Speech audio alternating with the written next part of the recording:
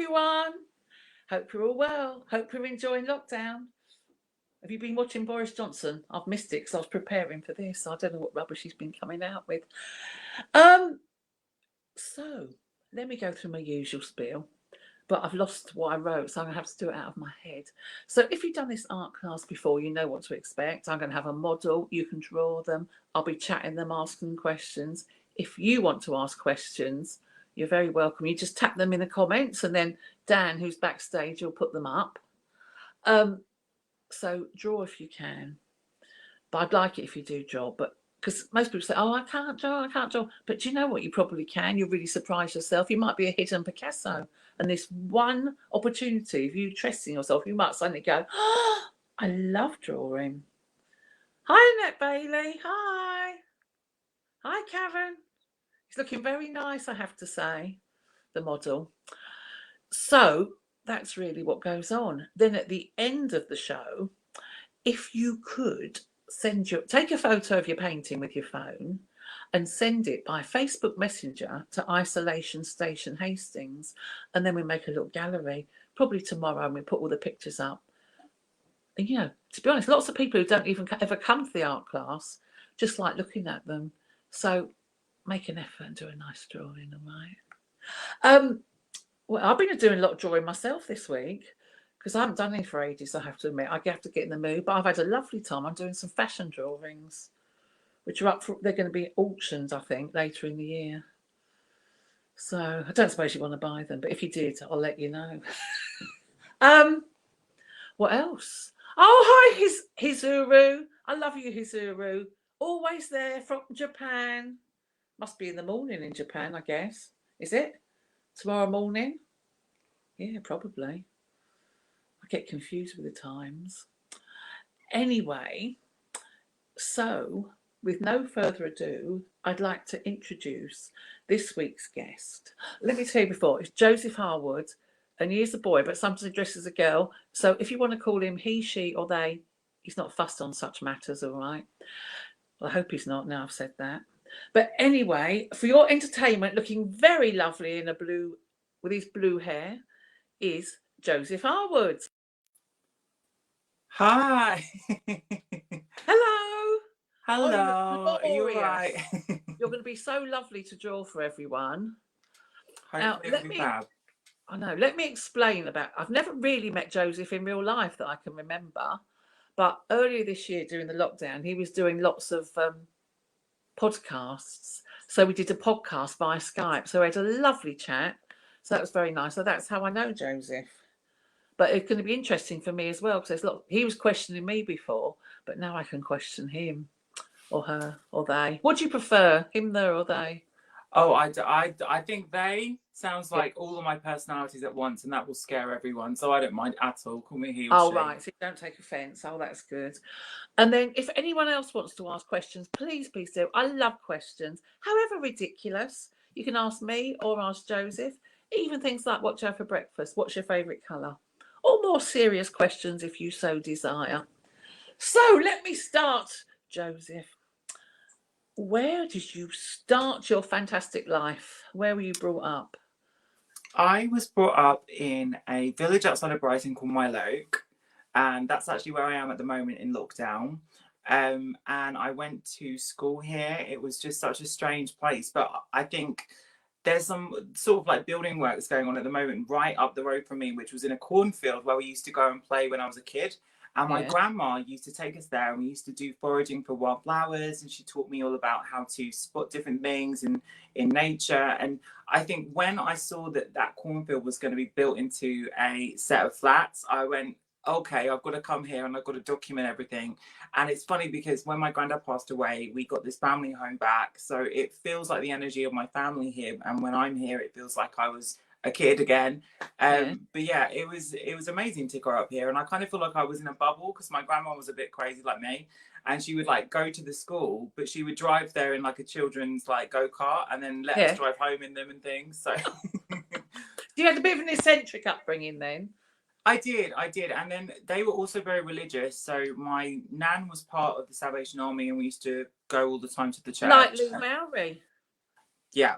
And then my granddad thought the Salvation Army wasn't strict enough. So he went to the evangelical church, and we lived in a church for some time. And yeah, I had the juxtaposition between that, and then on my dad's side, my grandma was very, very witchy and spiritual. Yeah. So I would come back with books about witches, this house, and I'd be like, don't you bring that in my house. So I have both. The house at the moment. Pardon? Who's at the house at the moment besides So you? it's me, my mum, and her partner, who is from Nigeria. Yeah. Oh, so none of your brothers or sisters are there, or the...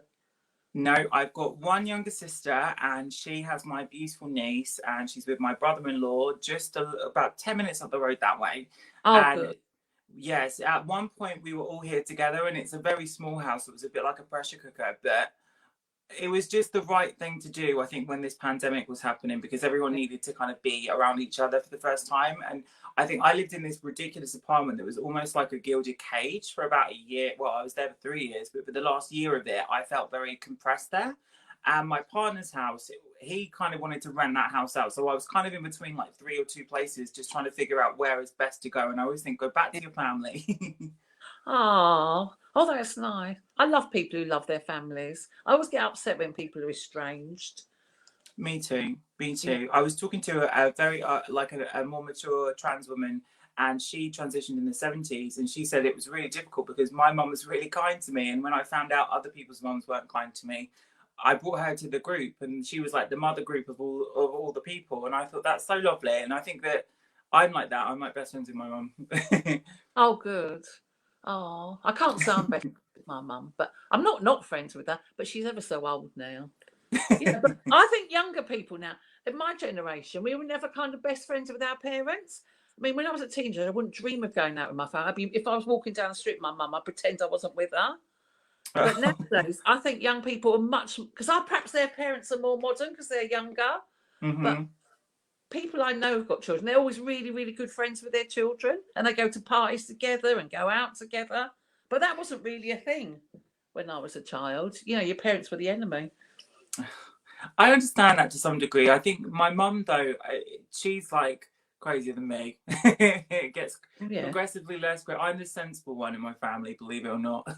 Yeah. So I'm like, I gather everyone together and sort everything out sometimes, but we take turns. We look after each other. Say, when I spoke to you that time before, and I never met you, it struck me that you were a very sensible person. I try to be, because I grew up in a very modest home. I grew up in a 1-bedroom basement flat, and I have been able to turn my own life around by working really hard, and I was always instilled with a really strong work ethic. And I think I think a lot of my friends have always been really motivated by getting attention or the social media fame that you can now create. I guess it was similar with the club night scene. You could almost be a celebrity from notoriety.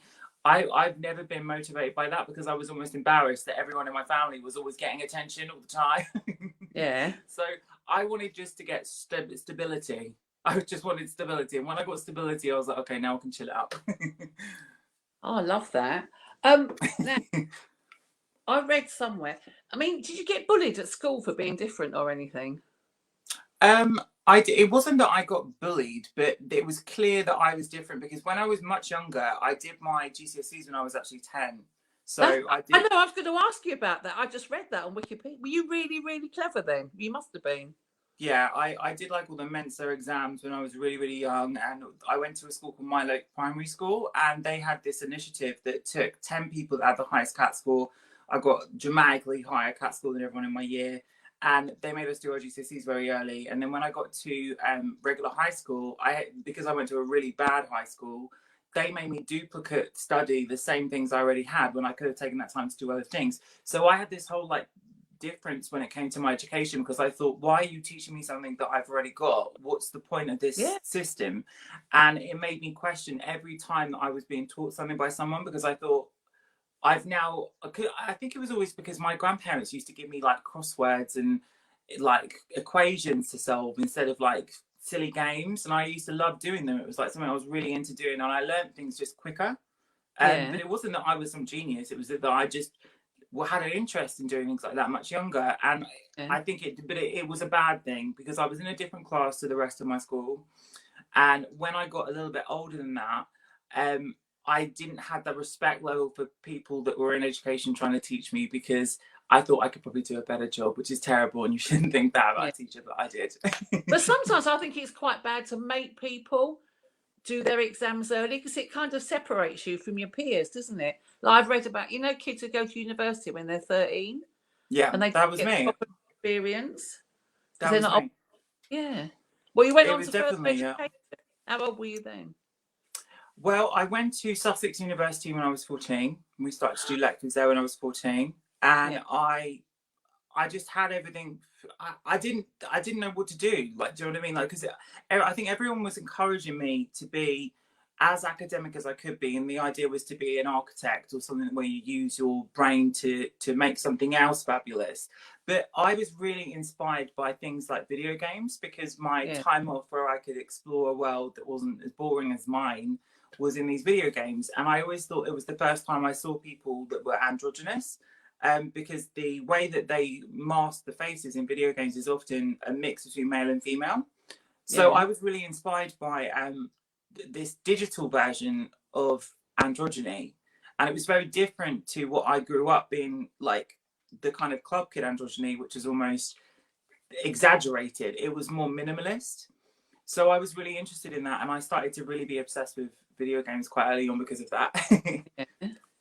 Oh, were you sort of dressing as a girl or anything at an early age? I wasn't dressing as a girl, but I looked like a girl. It was without Yeah. my intention. Yeah. People thought I was a girl since I was a kid. I was a bit podgier when I was younger. And Yeah. then when I grew up and I started to go to school, I had acne and I started to cover my face with makeup just to disguise the acne. And people couldn't distinguish my gender. I used to get it like every single day. I used to be called Miss by people. And this is when I consciously tried to look masculine. I tried to copy what the boys were doing. People would just read my energy as Miss and call me Miss.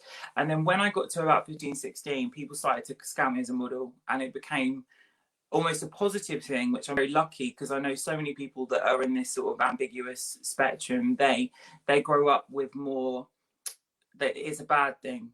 To stand Yeah. out's a bad thing, and for me it was a good thing. So Yeah. I'm 'Cause very you're quite grateful. tall, aren't you? Pardon? How tall are you? I know you're quite tall. 6'3". Oh God. You must make such a striking figure then. I'm quite, and I've got broad shoulders. I don't try and look like a minute person. I'm a bit like Yeah. a beast.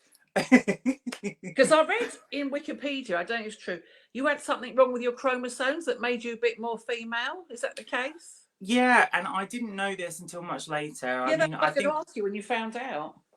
yeah, I basically wanted to get liposuction, and I went to a consultation, and I was told by the surgeon that it wasn't that. There was a reason why I don't have an Adam's apple, I don't have the brow ridging that's common in males, and it was just that I just came out different. And it's not that uncommon. The thing is, like, Yeah. everyone thinks that this is some big sort of random thing that happens once in a blue moon, but it's not. It's as common as 1 in 5,000 people.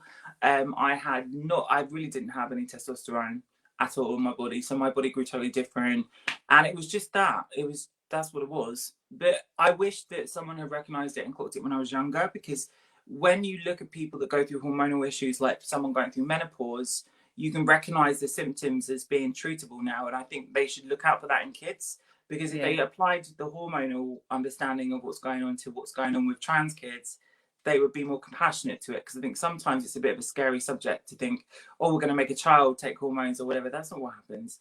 But it just stops the symptoms that you would go through if you had a hormonal displacement, like in menopause. So I wish someone would have recognized that in me when I was younger, because it was evident, but it was ignored. Yeah. But it's so fascinating that suddenly everyone's talking about transgender and these subjects now, aren't they? Like, even 10 years ago, it wasn't such a thing, was it? But no, and I remember I saw an interview with Philip Salon. Yeah. And he was like, it's tragic. And he was like very androgynous in his dress and craziness. But he said in an interview that he felt kind of like sad that it was quite a tragic experience for people to physically transition.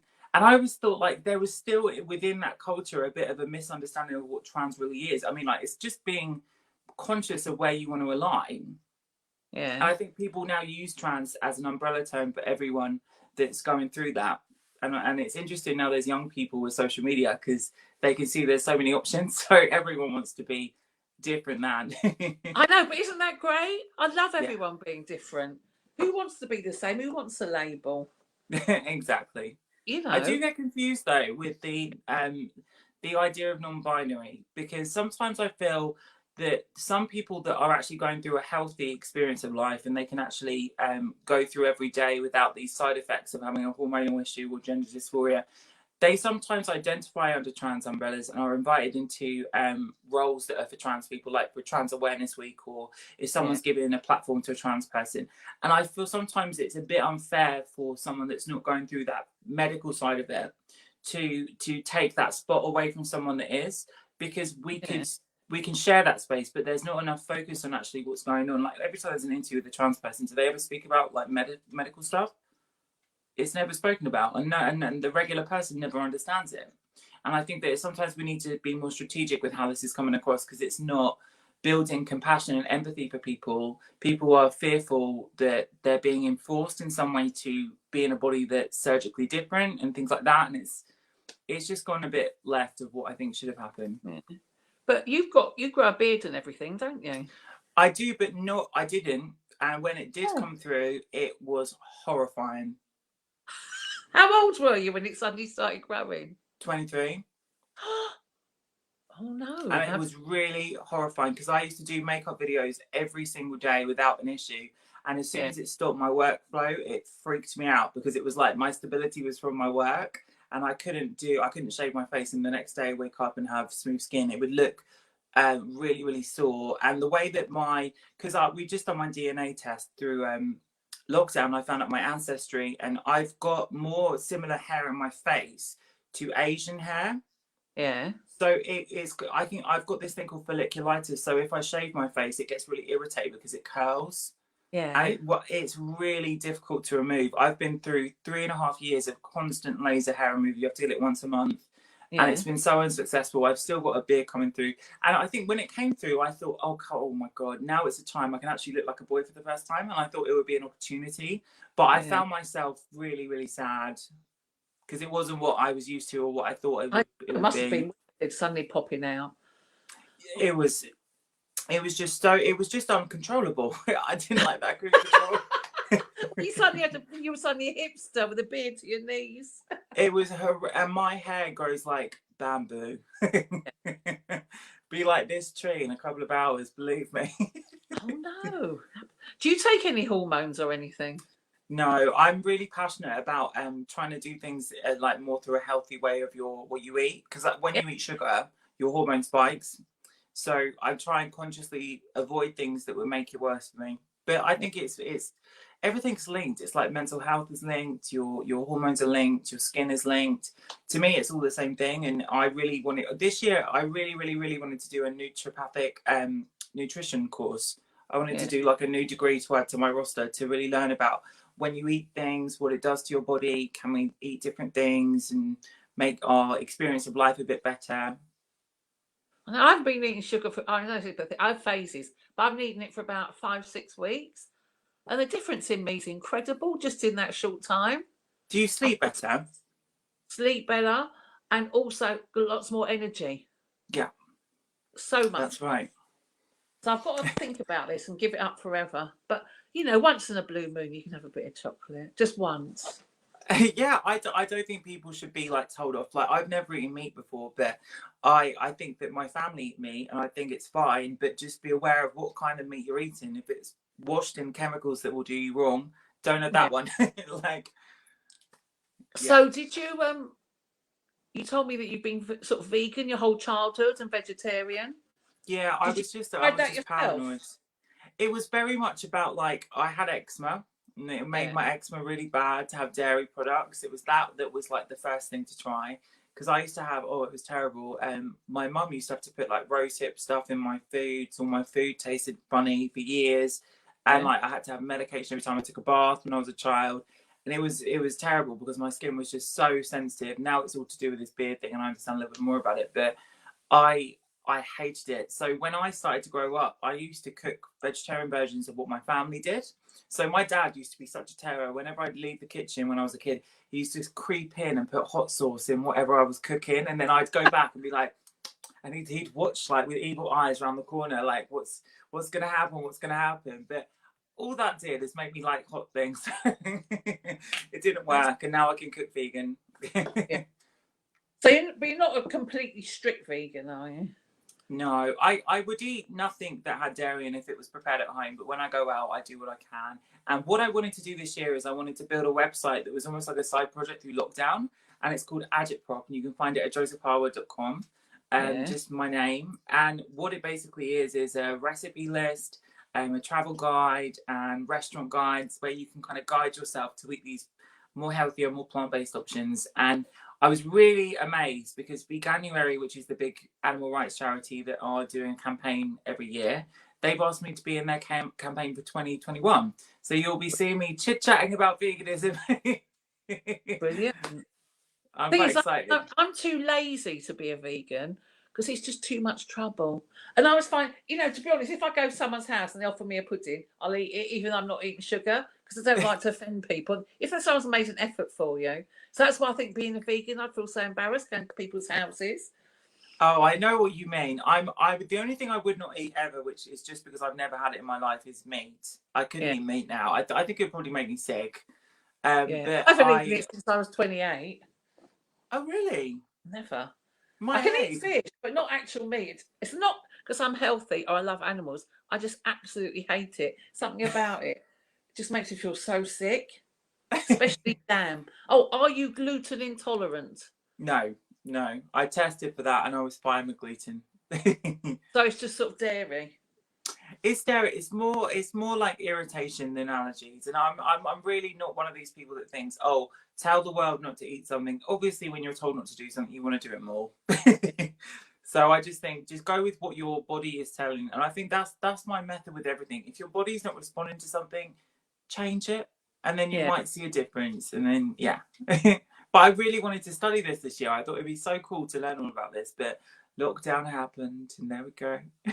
So now then, so you went to university when you were 14. I wasn't at university there. I was at school, but I was going to university to study the lectures. So Oh, that what were you was, studying while you were there? I was doing, sorry, say that again. What were you studying while you were there? Oh, that was chemistry. Oh. Well, you really That was love chemistry. science and that. I love science. And then when I went to Barndean College to do 5 A levels. I did biology and I did all the rest for arts. Yeah. And it was like my rebellion against my family. I'm going to do artistic stuff now. And then I did an art foundation at City College and I focused in fashion design. And I thought I was going to do menswear. I really thought menswear was my calling because I wanted to do like an androgynous version of what I wore, but that would fit my proportions because I'm tall and Yeah. I can't buy girls' clothes if they just don't fit my proportions. Yeah. So I thought if I could do it as menswear, and I got into CSM. But then I had this big instinct, and I was invited by he's called the Professor de Parfums, Roger Dove, and he has the perfumery in the big like department store in London.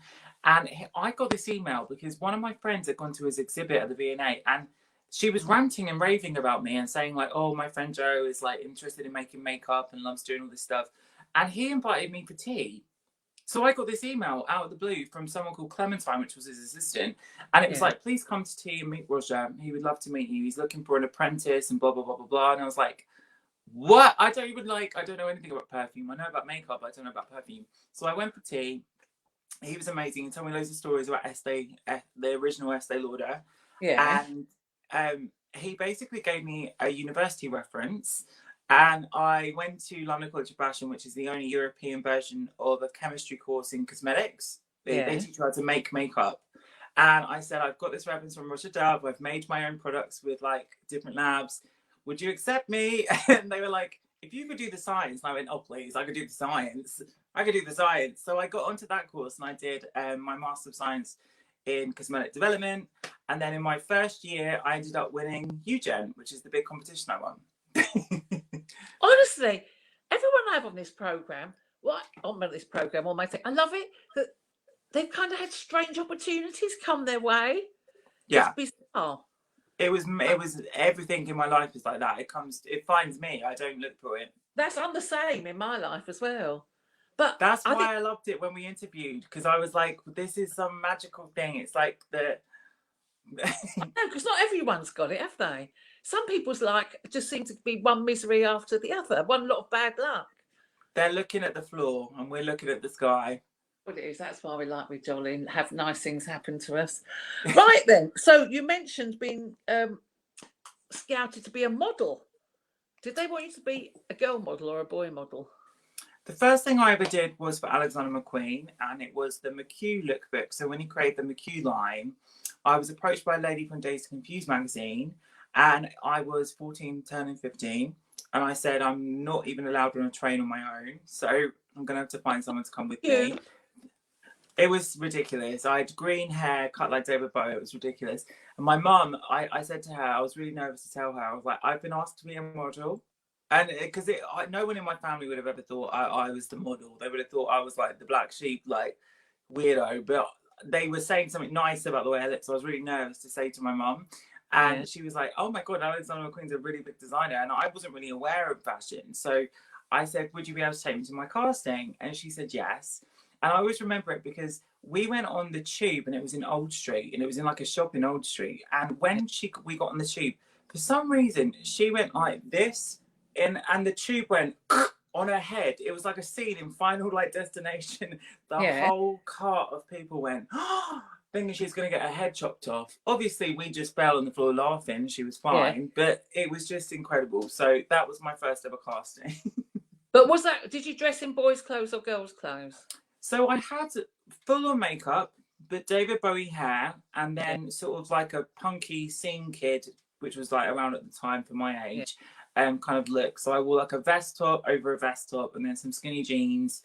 And it was just weird. It was just weird. I was just a weird kid. It was like one of those weird scene kids, but I had a different haircut. So yeah. And did you carry on the modelling after that? I did. I worked for 3 years. And when I was 17, I went to Tokyo, which was the first time I started to get big payments. And when I was in Takodana, I stayed there till through Christmas of 2008 going to 2009.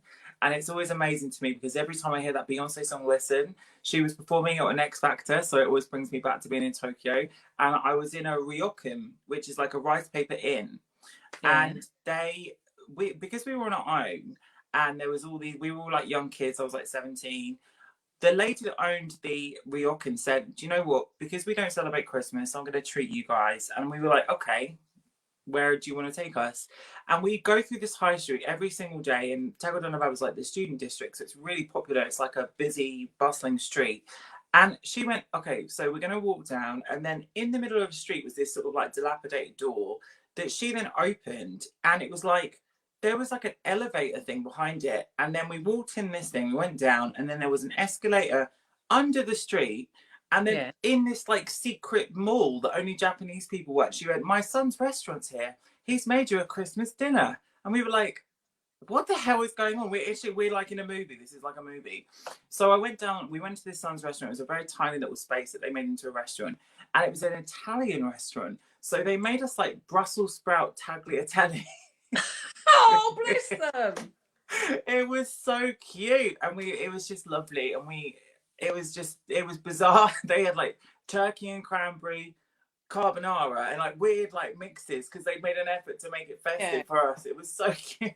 Oh, how lovely. But yes, and then after that, I was like, no, I can't be a model. And the people I was working out there with were like, Joe, you're going to find this too hard because you've got a unique look and you look too feminine. They're not going to book you, which they weren't in the UK. And they said, be a makeup artist because you're better than the makeup artist. And that's what I did. I came back to England and I started to look for makeup work. And did you be a successful makeup artist? The first job I ever did, the professional first job I ever got was assisting Terry Barber, who's the MAC Genius creative director. The MAC store in Brighton invited me to come along and assist their class. So they believed in me enough. And I kept trying to get a job in retail and it never happened. They were like, you're too out there. You're not going to be a good retail person. I was like, I don't know why. And then I eventually started to get a lot of traction online and I used YouTube very, very early on before it was even monetized and no one was on YouTube. I started to really do different looks. So I looked at people like Lee Bowery. I looked at people like Boy George. I looked at people like David Bowie because there wasn't even David Bowie tutorials when I was doing the first set of my videos. And I began to really try and put like Grace Jones videos out there and all these kind of like crazy looks from Vamp, or like, I don't know, like Boy George when he went to India in the blue face, and Nina Hug. And I really wanted to put like the people that I was inspired by on the internet. And the guy at the time who was doing RuPaul's makeup, Matthew Anderson, he followed all my work, and I've been obsessed with him and Zaldi, and I have pictures of on my wall. And when I started to do the contour, because my nose isn't straight, so I wanted to make my nose look straight, and it wasn't the same contour as a Ken Kwan. I came up with this like nude type of contour, and I put the video out there, and he shared it and went, "If anyone needs to know how I do Rue's makeup, follow this beautiful creature." And it was like, ah! And then after that, everyone wanted me to do their makeup, and it was like my idol in a makeup fashion presenting me to the world. A video where you've made yourself look like loads of different people. Yeah. That was brilliant. That was my first first thing. Have you been asked to go on Glow Up, or are you too professional? I'm not allowed to talk about that. Because I might be Oh. in a certain position on there. Oh, is there a new series coming up? There is. Oh, good. What, you a judge? No. Oh. A guest judge? Well, I don't think I would want to be on television, because I've always said no to telly so far. But if I was going to go on telly, I would like to do something that would teach young people a little bit more about how to transform the face with gender. Yeah. Like how to make your face look without the drag contour, how to soften things and how to make things more masculine. And that's my specialty. Drag makeup. No woman wears drag makeup except Holstar, do they? No. Or Kim Kardashian nowadays, but it has got very strange. A lot of girls, cis women, have started to wear very extreme makeup, and I think they can't see what they look like in daylight, and they use their phone. A couple of years ago, I went past some club in Maidenhead, somewhere bizarre, and I thought it was a load of drag queens outside. Wasn't it? It was girls. That's so bizarre. I was joking. It's the lips now. Everyone's got fake lips, and I used to think. Because they used to tease me because my lips were naturally this big, and I used to think like, oh my god, everyone's calling me the Joker for having big lips. Now, my god, people's lips are getting like very big. I know. I mean, I shouldn't really mock, because you can do what you want, but I think, why bother? Yes. Painful. Well. Yes. Right then. Now I'm going to ask you about the competition you did online. I don't really understand it. To do with Simon Cowell, and you won a fantastic prize. How did that come about, and what was it? So I found out about it was called the U Generation competition, and I know loads more than I knew when I was going through this. But basically, they wanted to do the first version of America's Got Talent online. So there are certain things that you can't do on a stage. For example, if you're a comedian and you're in the same shot. So if someone's editing themselves, talking to themselves, you can't necessarily do that on a live stage. So they divided it into 12 categories that were spaced out over a year. And one of the categories was makeup. And the reason why I knew about it is because there were these fantastic bloggers in the UK called Pixie Woo. And they were the big girl bloggers that did all the huge campaigns and things from that generation. And they had an interview with Simon Cowell. And Simon said, I'm looking to find the best makeup artist from this generation. And from that, they were like, Joe, you've got to apply. And what they did is they brought in different celebrities, from Kylie Minogue to One Direction. And there's a very popular clip of the band Little Mix, who did the accent challenge, and it went wrong. And one of the girls she tried to do a Caribbean accent, and it went viral. That was like the after show of the contest. And people have probably seen that more than they've seen the contest. Because I ended up competing with a gender transformation. So I started off looking like a boy, and I transformed looking like a girl. And Pixie Woo were the judge, not Simon Cowell. So they judged me as the contest winner. So out of all of the categories of contest, there was comedians, singers, boy band, girl band, arts online, comedians online, puppetry online. I was the one that won the entire contest. Fantastic. So it was a very strange thing that happened, because before the contest was over, I got an email from Sony, and it said, you are actually the grand prize winner. You're going to get the 6-figure cash prize, blah, blah, blah, blah, blah. But it was before they'd even announced the last category winner. So I was like, well, how can they not include that last person? It almost sounded like they wanted the makeup person to win. They had to have the makeup person to win, which is why Simon did the interview at the start. And when I won, they shut down my whole thing. I had a new campaign, like a weekly campaign with Now magazine, where I was going to be transforming celebrities into different like icons. Like I wanted to do Lauren Harris as Marilyn Monroe and things, and I booked all these. I bet this she'd stuff love in. that.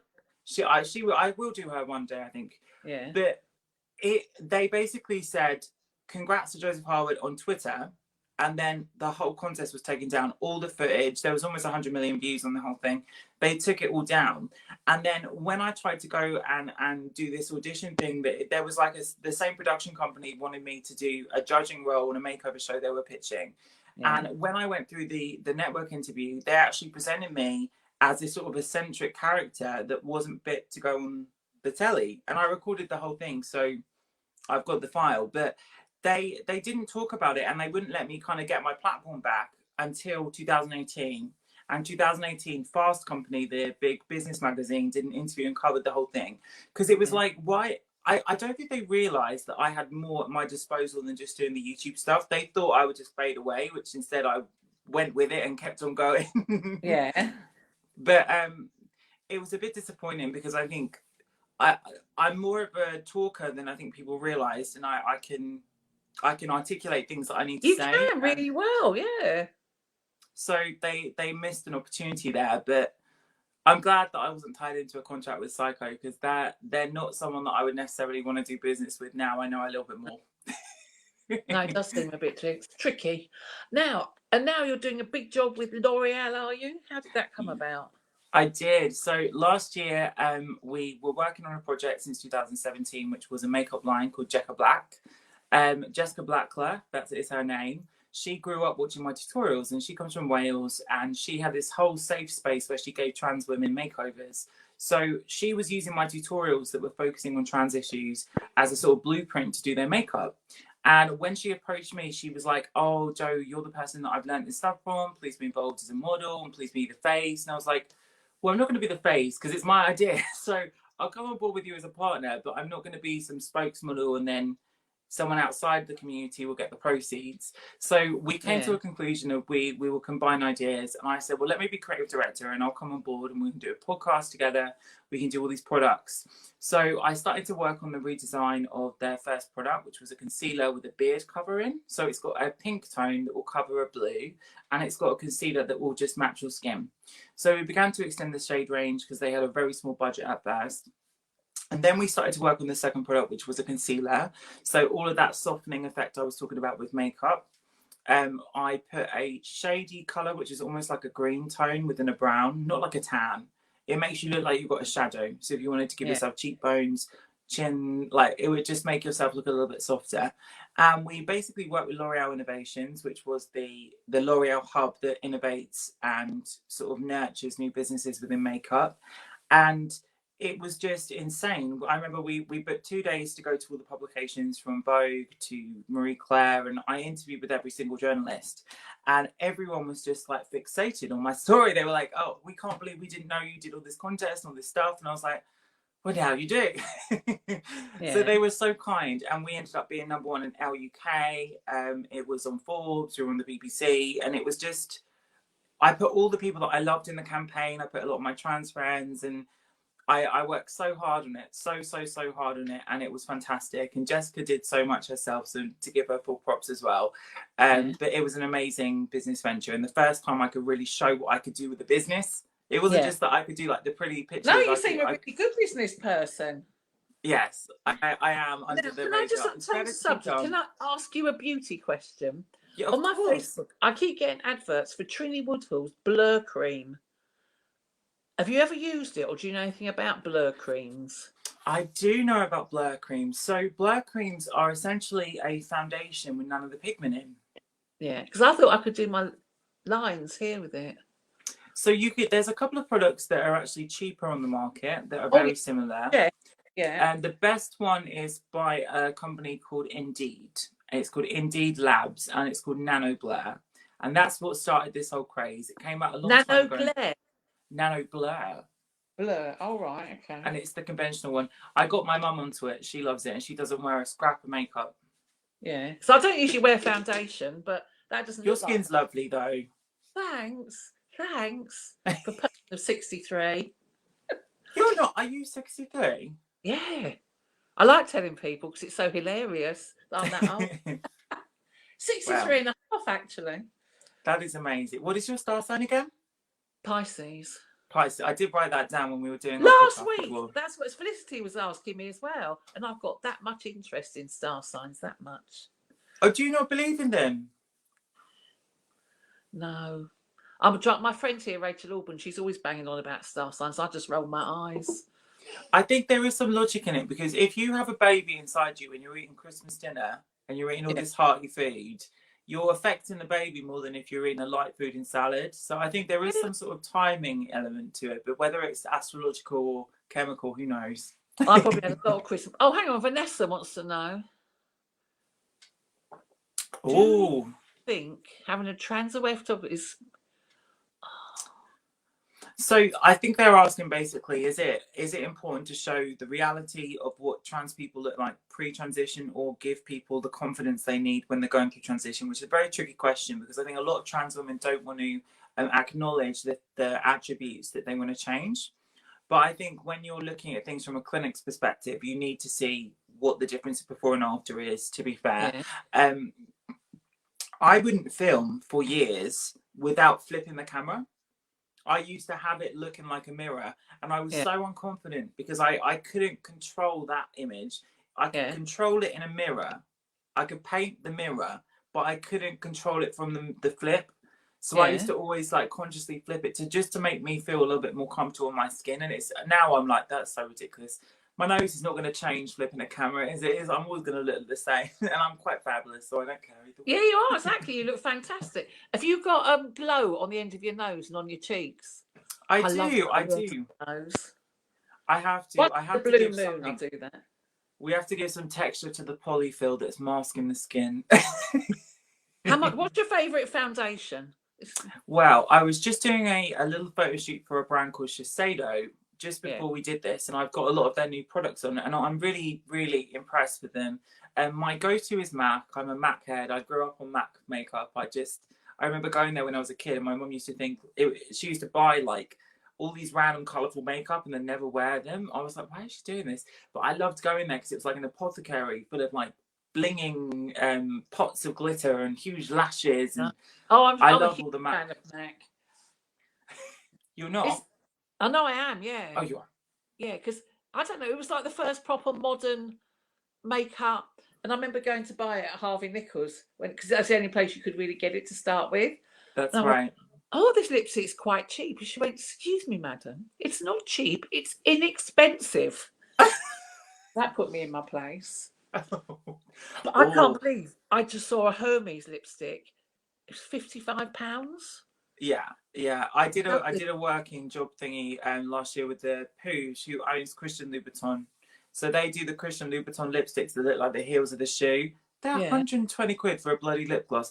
I was like, okay, I love them and I want to work with them more, so I don't think I'm saying anything wrong. But I was like, my God, who is buying this? And you wear it around your neck on a ribbon. That's how it came. I was a medallion. So you just go. It was hilarious. Sorry to talk about makeup. I never really liked it. Paint on lipstick. They're good. Yeah, I've got NARS on now. Love NARS. So when they first came out, they were dry, and they've made them a little bit more softer. They work with lips now. Yeah, because I don't like lip gloss because my hair goes like that and sticks to it. That's right.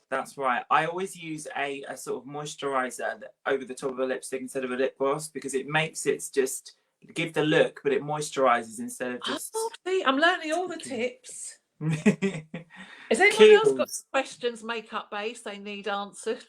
Okay. Or any other questions? Here. I feel like one of those QVC people. I'm here to tell you how to paint.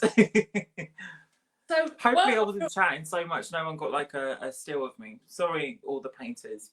Oh, they'll be fine. So you're doing L'Oreal, a big project next year, are you?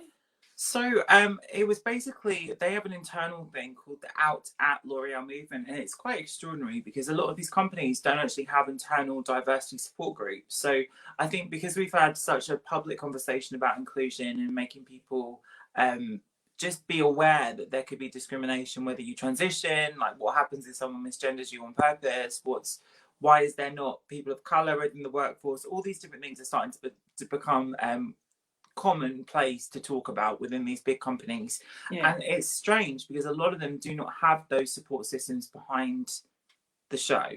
So what they did actually at Out, and there's a wonderful man called Ellis at L'Oreal, he's working on this project where they're actually supporting people through transition. They're offering counseling for people that need it. They're giving extra consideration for actually employing people, not just when they're doing these diversity campaigns where they put everyone and anyone in a campaign and say, look, we're inclusive. They're actually paying people behind the scenes to be inclusive too. So I'm really interested in doing that side of it because I think there's a focus on what's going on the surface. But if the infrastructure of the company means that these different kinds of people are actually putting the money in the pocket of someone that's not different, then what's the point of it? It doesn't make any sense. So I'm really focusing on that. And it was an amazing, amazing opportunity because I always felt a barrier with Estee Lauder because I thought they were such a traditional company. I was invited to open their ERG, which was the president of Estee Lauder UK introducing me about my story. And it was all the vice presidents, and we did it through Zoom because we can't be there in person at the moment. But it was like, wow, how did that happen? How did it happen? I'm like, how did that happen? Apparently what I do is actually quite good. So I'm happy. I'm not surprised. No, it's so, and I love your work ethic because it is so lovely that if you do something and you're proud of it, it's really nice. So that's why, I used to work in a job centre. A legendary. Yes, double office girl. But I used to think these people are just every day just doing nothing. Just do something, one little thing. It's just because it just makes you feel good that you've achieved something. Like during this lockdown, right. trying to do something I'm proud of every day. Just one little thing that I've achieved instead of just lying around watching telly. That's so true. And I think Planting people some bulbs. Yeah, I think people put value on things that are, they consider it pointless to create things that aren't immediately making money. But I didn't create things to make money. I created things because I wanted to be creative. And now, 10 years later, those videos that I wasn't getting paid for have defined what I do as a job now. You never know. You never know. Oh, here we are. Advice. What would you suggest? Oh, mascaras, black and brown for sparse, thin, straight lashes, non-clumpy would be a bonus. So my go-to mascara is the Max Factor 2000 calories, and I like it in brown and black, depending on how dramatic. Obviously, you can see I've got falsies on today, but I tend to go with that one because it's smudge-proof. It's not waterproof, but you can get it in waterproof. But some people find it very difficult because the brush is fat. And I think the problem with a lot of mascaras is people do not know how to use the brushes. So they're always going at it with this like sort of wiggly movement. All you really need to do is put it against your lash and go blink into it. You don't need to do the hand movement. It's the hand movement that gets it on your eyelid. Just blink into it. Or what you can now buy, because makeup artistry is so popular, is you can get little mini mascara ones. You throw them away. They're like Q-tips. You dip them in, they're tiny, fiddle along and you'll be good. But if your lashes are straight, use a curler, but heat it up before you curl. Use a hairdryer on it. Yeah. Oh, yes, I don't go on very well with mascara. I hardly ever wear it. My mum hates it. She's joking to me. She's like, Joe, you've got these huge cow lashes and I've got these stubby lashes. Whatever I do, I get it on my eyelids and I'm like, just let me do it. Oh, she's very... Do you do her up nice every now and then? She doesn't like wearing makeup. I put her in this full glam and she's like, take it off, it looks horrible, take it off. What about your sister? Do you do her makeup? I do. I like doing her makeup, and she was meant to be getting married this year, and I was going to be doing her makeup for her wedding, and we did a few trials, and it was getting like really exciting. But she's actually more like my mum. She wouldn't wear makeup every day. Oh, yeah. I wouldn't really leave the house without lipstick. I might, not put much else on. But... Are you do you like a pink lipstick? Oh, red. You're a red classic. Yeah, I've got loads, so many. I can't decide on my favourite. Ruby Woo's always very popular. I was just about to say you're a Ruby Woo lady, I can tell. Yeah, I've got NARS on at the moment, but that paint on one. I had something in my mind, and now it's skipped out of it. Was it beauty? Probably, yeah, more beauty advice. Oh, here we are. Oh, Maggie's always talking about her mascara. It's a worry to her. Do you have any advice for makeup for makeup on the old eye? Can we do full slashes, or is it tragic? No, for goodness sake, I think that there is so many people that used to go on TV and they used to sell product, and all they wanted to do is sell the product, that they told people rules, and it was rules to sell the product. It wasn't rules about what you can do. You could be any age. There is an amazing model that's about 80 called Carmen Del Orifes, and she is stunning. She wears full glam, she huge bouffant. Do whatever makes you feel comfortable. But I would say, if you are wary about creasing, there are products now on the market, which we just spoke about, the blur creams, that stop creases. So there are things like the paint pots by MAC, using things that are more, they grip to the skin. So they're not things that smudge. So there are things like, you could use a liquid lipstick and you could smudge it on the back of your hand and then pat, pat, pat, pat, pat. It will grip to your eye. You can probably see, when I look up, my lids touch the back of my eye. So if I put anything powdery on my lids, it would immediately go up and hit the back of my eye. And all over there would be powdery. I can't use them. So what I use is the waterproof creams, or I use a liquid lipstick as a base. And it just stops it transferring. So that would be my advice. And if you want big lashes, go for it. Oh, I love this bit, the makeup tips. It's my favourite. Yeah, last lockdown, for some unknown reason, I ordered 20 pairs of full size. Do you find it hard to put them on? So hard. Are you going to give us tips on that? Cut them in half. Put them on bit by bit. Oh, does that make a difference? It does, because you've got a smaller space to glue on. It's when you glue one side and this side goes... Yeah. There are, Maggie. That's it. We can put our false eyelashes on together. Chop them up. And at the very end of it, if you've got a good glue, use your eyelash colours to squeeze them on even more. Yeah. What about those magnetic ones I've seen advertised? Silly. I know, that's what I thought. Silly. Anyone else? Oh yeah, Maggie's nodding at the screen. Oh, hey Maggie. Maggie, I'm reading your book at the moment. I've almost finished it. Just thought I'd tell her that. Do you ever invite it into schools? You're everything questioning kids' needs. It's so true. Oh, I've always wanted to do that, but I kind of took a couple of years just to figure out my life and just focus on things I needed to do.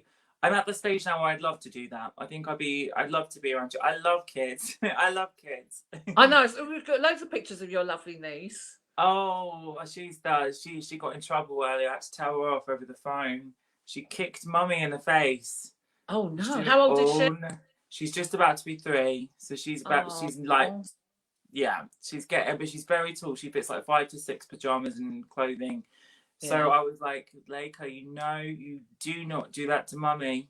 But she listens to me because I'm Jojo. Oh yeah. What do you think of Alexis Stone's work and his model that he has made? Who's Alexis? Who knows? So you don't know either who that is? No. No. Can you give us further details, because we don't know what you're talking about? Maybe I could Google it now. Let me Google Alexis Stone. Oh. Alexis Stone. But I will go back to kids, though. I do. I absolutely adore kids. I would love to go into schools, and I'd love to have children. But Sue, would you ever have? Well, you don't have children, do you? Well, no. At 63, it's a bit late now. Alexis Stone, I found out, is another makeup artist who transforms himself. Oh. Into different looks. Wow. You can have a look later. Maybe. He's from Manchester. He can turn himself into everyone. No, I've never had. Where did you get that idea from? I've never longed to have children or anything. It's, I like them well enough. But yeah. I think there's something wrong with me because I don't think I've got. What's it? Look, I don't like responsibility. So I wouldn't like a pet. I wouldn't like a child because it's just like you're responsible for them. That's true. That's true. And I It's just it's like, difficult. yeah. I mean, I'm happy with other people's children, but I just don't happen to never want any myself. Yes, I want kids. I'd love to have kids, but I don't have a time frame that's coming up that I could potentially talk about that option. So I Yeah, don't 'cause you've got know. a partner, haven't you? Does he I live in do. France or does he live in here?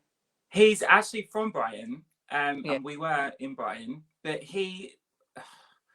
there was this big renovation project that he had in mind, and he went to France to start it, and they went into the lockdown before us. So what could we do? So it was a bit of it was like a very like strange period for me because I was not involved as much as I think I should have been in the Yeah. house development there, and I'm really into creating things together. Yeah. So it was a bit stressful just because I felt like I wasn't pulling my weight. But he's doing amazingly. He's there at the moment. Yeah, it's strange, but that's what we're all going through at the moment, isn't it? Yes, I've got to do all weird things. Hmm.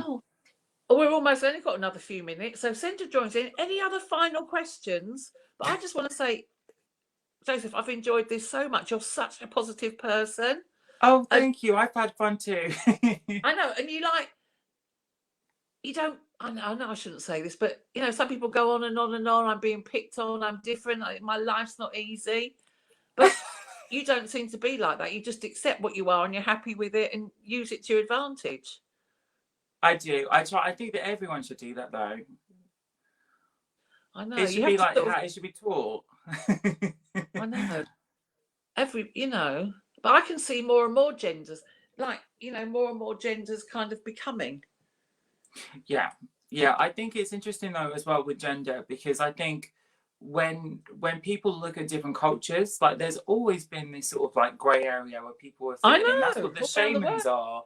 The Hijra of India, it's like in Indonesia they had five genders traditionally for years, and even when you look at if the language Yoruba, which is obviously indigenous to many African countries, there was words that were positive for trans people. So it's not like a new thing. It's just that people are rediscovering it in a positive light. It's not something to be scared of. But actually, on that subject, there is this new book that I've been really interested in because my friend's been talking about the same thing for years. I just think it's going to make people aware of it because it was on Oprah's Yeah. book club recently, and she obviously gets onto all the new things when they happen. But it's called Caste, and it Cast. talks about yeah, it's Let me by Isabel Wilkinson, and it talks about how social hierarchy forms. So it's not just a case of white people at the top and then everyone else below, or straight people at the top and everyone else below. It's to do with like how to keep like the royal family pure, how to make people at the bottom scared, and it applies to so many different types and walks of life. And I think that it's going to actually change the conversation because I think at the moment we're focusing on the words, we're not focusing on the experiences, and that's going to hopefully introduce this year into a lot of people's consciousness, and we might start talking about it in more that way. I have to say, have you watched The Crown? I adore The Crown. I've been watching it like since the new Just one makes came the out. royal family look like the most ridiculous thing ever. You think, why on earth have we got this royal family? I mean, I'm quite fond of them. They're entertainment. But the way they live and they behave, it's just, I know The Crown's not 100% true, but it's just No, like, but you have to curtsy to your mother and things like that. it was crazy because my partner's descended from Frederick Leighton, who is they've got like a big museum in London Oh, that's yeah, the the Lake House in Holland the Park. Leighton House, which is owned by the Kensington Trust. So he's Yeah. Mark Leighton. So his sister, Frederick's sister, is my mum-in-law's ancestry basically. But when we went there and they were giving us the background about all the Queen Victoria coming to tea, and I was like, because he was made a baron, which is why I jokingly called him the Baron, which caught on when I first met him. So I was like, oh, you're a real Baron. Oh my God, I'm going to call you the Baron. And we made it into a business. So our business is called Team Baron. You gotta make light of these crazy things, can't you? Yeah, yeah. Oh, now, oh, there's a picture. Now, Oh, that's that's for Vanessa who's amazing. asking you the questions. Oh, Lovely. thank you, Vanessa. Thank you. You got any But, others coming down? Oh, I think that's oh, David Sands. You see, I'm good at recognising them now. I can tell oh, who's thank you, who, David. but some of them don't come in till the next day. Oh, that's lovely. I Oh, love Anthony that. Duckles. He lives in Bexhill. Oh, that's lovely. You used to live Thank in you so Brighton. much for paying. Oh, Oh, who's this? Oh, that's from Greece. See, we're international. That's lovely, Stella. that is so kind of you guys to have done that. Thank you. I hope I didn't speak too much nonsense and it was okay. Well, no, honestly, I've been thrilled. Oh, More thank you. If you need me again, Sue, and when this is down, we'll go out for dinner. I know, so I'd love to meet you in real life. I Yeah, thoroughly me enjoyed too. this. Do you know what I loved most? Makeup tips. Oh, we go. I think we should have a program. Phone Joseph for makeup tips because we're very popular. Everyone wanted to know. Oh. Well, so there'll be more pictures up. So we put a gallery up tomorrow. So that'd be thank lovely. you so much. It was such a pleasure and an honour to be on because you're a legend. And I told you this when we did our podcast, but I'm blessed to know you now. Oh, Vanessa's such a kind lady. I've never met her in real life, but I've met her through this. She's a doctor and she's got long grey dreadlocks, but she's so kind and helpful. Very supportive, which is lovely. Amazing. So you've got another meeting in a minute, haven't you? I do. Quick, my message to everyone. I forgot to say next week, the guest is the Mayor of Hastings, which I think might be a little bit different to Joseph. But I think he's quite entertaining from what I've heard. I've heard he's a funny old chap. And then we're gonna have a little break for December, but we're gonna have a Christmas special. So and then Wednesday, I forgot Wednesday, it's my Schitt's Creek quiz. So if you watch Schitt's Creek and enjoy it, I'm doing a special quiz on Wednesday, and it's similar in sort of my old quizzes I used to do. There's 8 rounds of 8 questions, music clips, video clips, picture round, general knowledge, but all about Schitt's Creek. Fantastic. So thanks everyone. So hopefully see you Wednesday, if not next Monday. And thank you so much, Joseph. I've really enjoyed that so much. The time went so quick. Thank you. Oh, I know. Thank you for having me. I can't wait to meet you in real life. Me too. Lots of love. Enjoy your next meeting. And good luck with all your things you're going to do, which sounds so exciting. You too, darling. Bye. Thank you. Have a lovely evening. I will. Bye.